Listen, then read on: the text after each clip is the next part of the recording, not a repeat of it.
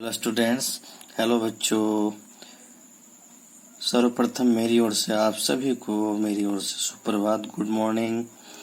तो आज आप लोग के लिए क्लास 6 के लिए छठी कक्षा के लिए व्याकरण पुस्तक से ग्रामर से पाठ संख्या 3 चैप्टर नंबर 3 शब्द विचार आज हम लोग चर्चा करेंगे।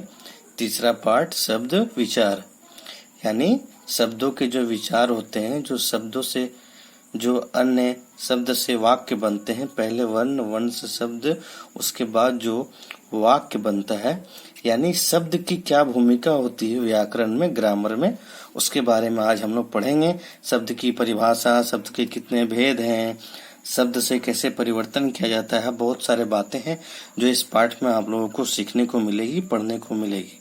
ठीक है, तो चलिए पाठ का प्रारंभ करते हैं। शब्द विचार।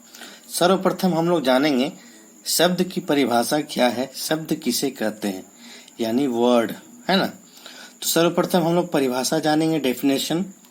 वर्णों के समूह से बने सार्थक वर्ण समूह को शब्द कहते हैं। वर्णों के समूह से बने सार्थक वर्ण समूह, समूह मतलब समूह का अर्थ होता है एक साथ बहुत सारे वर्ण आपस में जब मिल जाते हैं, इकट्ठा हो जाते हैं, संगठित तौर पर एकत्रित हो जाते हैं, तब जाकर वो समूह जो है एक साथ मिलकर शब्द का निर्माण करता है। जैसे आप लोग उदाहरण के तौर पे यहाँ देख सकते हैं कमल। तो कमल में क्या है, पहले क जोड़ अ जोड़ म जोड़ अ जोड़ ल जोड़ अ, यानी धीरे धीरे करते करते एक एक करके के सारा मिल गया। मिलने के बाद जो आपस में ऐड हो गया, जोड़ हो गया, तब जाकर ये बना कमल। ठीक है, पहले ये अलग था, कमल जो है पहले अलग अलग बटा हुआ था, है ना।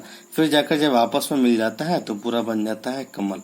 ठीक है, तो ये जो कमल बन गया वो हो गया शब्द, है ना। सार्थक वर्ण समूह, समूह मतलब एक साथ मिल गए हैं आपस में सब, तब जाकर एक शब्द का निर्माण होता है। ठीक है, तो ये रहा शब्द की परिभाषा। अब हम लोग आगे बढ़ते हैं। शब्द भेद, शब्द के कितने भेद होते हैं, काइंड्स ऑफ वर्ड्स। हिंदी भाषा में शब्दों का विभाजन निम्नलिखित आधारों पर किया जाता है। हिंदी भाषा में शब्दों का विभाजन किनके आधार पर, निम्नलिखित आधारों पर। कौन कौन से हैं, चलिए देखते हैं हम लोग। प्रथम है उत्पत्ति के आधार पर, प्रथम है उत्पत्ति के आधार पर बांटा गया है। दूसरा है प्रयोग के आधार पर बांटा गया है। तीसरा है रचना के आधार पर, यानी जब आपसे कोई पूछेगा या आपके परीक्षा में, एग्जाम्स में प्रश्न आएंगे कि शब्द के कितने भेद हैं, है ना, तो हिंदी भाषा में शब्दों का विभाजन निम्नलिखित आधारों पर किया गया है। कौन कौन से, ये 3 नाम लिखना है आपको। ठीक है, अगर पूछेगा उत्पत्ति के आधार पर केवल बताइए, तो केवल उत्पत्ति के आधार पर आपको बताना, यानी सारा अलग अलग। ठीक है, तो प्रथम क्या है, उत्पत्ति के आधार पर। ठीक है, तो हम लोग जानते हैं प्रथम उत्पत्ति के आधार पर। हिंदी भाषा में असंख्य शब्द हैं जिनकी उत्पत्ति विभिन्न स्रोतों से हुई है ना। अतः हिंदी भाषा भिन्न भिन्न भाषाओं के शब्दों के मेल से बनी है, यानी अलग अलग भाषाओं के शब्दों के मेल से, मतलब आपस में मिलाकर, है ना, अलग अलग भाषाओं को जब हम लोग आपस में मिलाते हैं तब जाकर एक शब्द का निर्माण होता है, तब जाकर एक वर्ड बनते हैं। हिंदी भाषा में संस्कृत, फारसी, अंग्रेजी आदि कई भाषाओं के शब्द सम्मिलित हैं। यानी हिंदी भाषा में आपको संस्कृत भी मिलेंगे, फारसी भी, अंग्रेजी भी, और भी बहुत सारी भाषाएं हैं जो सम्मिलित होती हैं, आपस में मिलती हैं, तब जाकर वो शब्द का निर्माण करती हैं। उत्पत्ति के आधार पर शब्द के निम्नलिखित 4 भेद हैं। अगर प्रश्न आएगा उत्पत्ति के आधार पर शब्द के कितने भेद हैं, तो आपको लिखना है 4 भेद हैं। कौन कौन से हैं, चलिए जानते हैं। को तत्सम शब्द, तत्सम यानी संस्कृत वर्ड्स, हमेशा आपको याद रखना है तत्सम।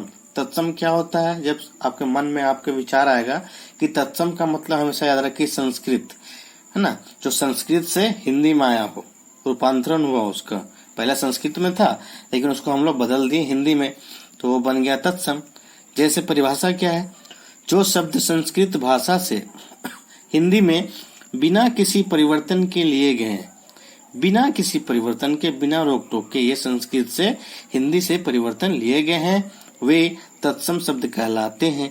जैसे भिक्षा, गृह, रात्रि, सूर्य आदि, है ना। भिक्षा मतलब भीख, गृह घर, रात्रि रात, सूर्य सूरज आदि। ठीक है।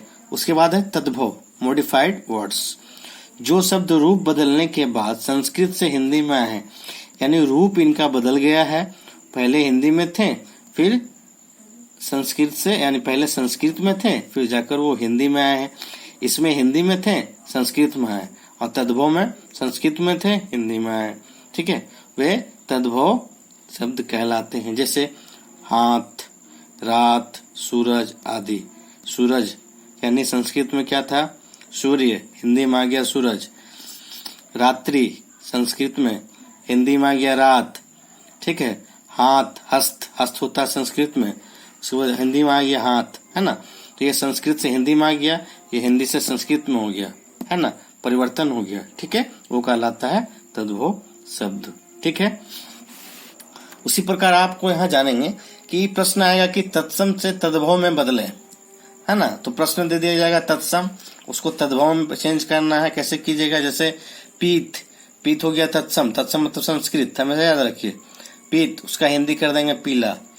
भ्रमर संस्कृत हो जाएगा भौरा। अग्नि आग। गौ मतलब गाय, हमेशा याद रखना। हस्त, हस्त मैंने अभी तुरंत बताया आपको, यहाँ पर देखिए। हस्त हिंदी में हो गया हाथ, संस्कृत में हस्त, हिंदी में हाथ। संस्कृत में सूर्य, हिंदी में सूरज। उसी प्रकार से आपको चेंज करना है, परिवर्तन करना है। ठीक है। समझ में आया आपको। तो फिलहाल आप लोगों के लिए इतना ही, नेक्स्ट में मैं आगे बताऊंगा। धन्यवाद।